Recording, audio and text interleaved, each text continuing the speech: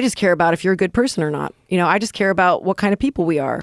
And this is where, like, you know, I'm not trying to start a fight with anybody. Like, I want to understand what is real and what has been a narrative that's pushed on me to manipulate my emotions and push me to make choices that I don't understand. Well, the wildest thing about the BLM thing is there's always overcorrections, right? There's always like things that we recognize are giant problems in this country, and racism certainly is one.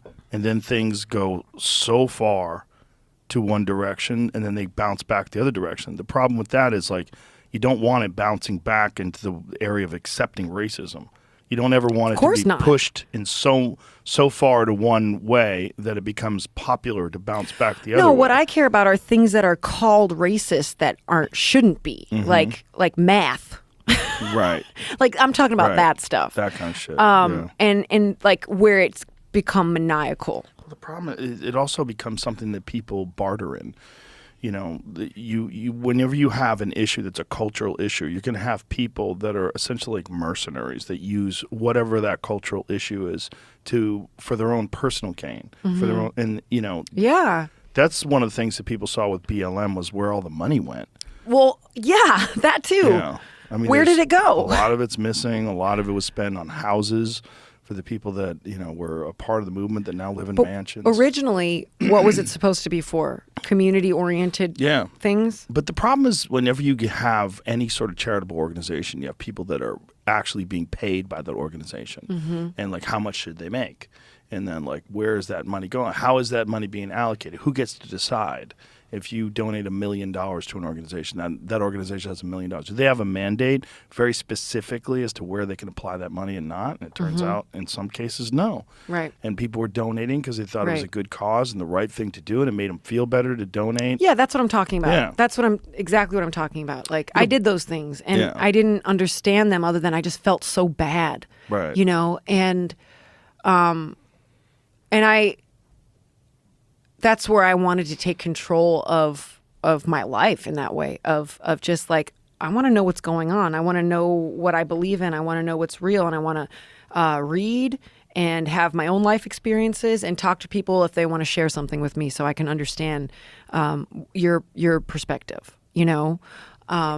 Like, I'm big on meritocracy, you know? Like, I work hard. I know people that work really hard and get to the places they want to be in life, or keep trying to get to the place they want to be in life, whether it's your career or being a good person or being a good, you know, mother, father, husband, wife. But, you know, to say like you have an advantage because you're a man and I have a disadvantage because I'm a woman is bullshit. I mean, like, I get where sometimes that would make sense, like if we were talking UFC. But like that kind of stuff, like I've been the only woman on a bill more times than I could ever count. Like, that's just like been in the way for a while. And then you start seeing more female artists and they're really, really good. But I don't think they were given that position because they're women. I think they were given the spot on the bill because their music is awesome. That's the same with comedy. Right. I think it's actually harder for women to do comedy. Absolutely. Though. It's like, because the evidence is that no one's laughing if you're not funny, you know? Like, no, I think it's harder for women because there's a lot of men that don't want to see women be the person that talks.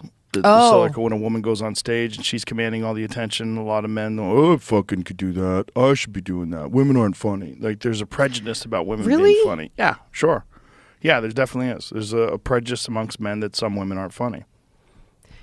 Huh. Yeah, and then there's like, what do they talk about? Like, if a woman's on stage talking about politics, good luck.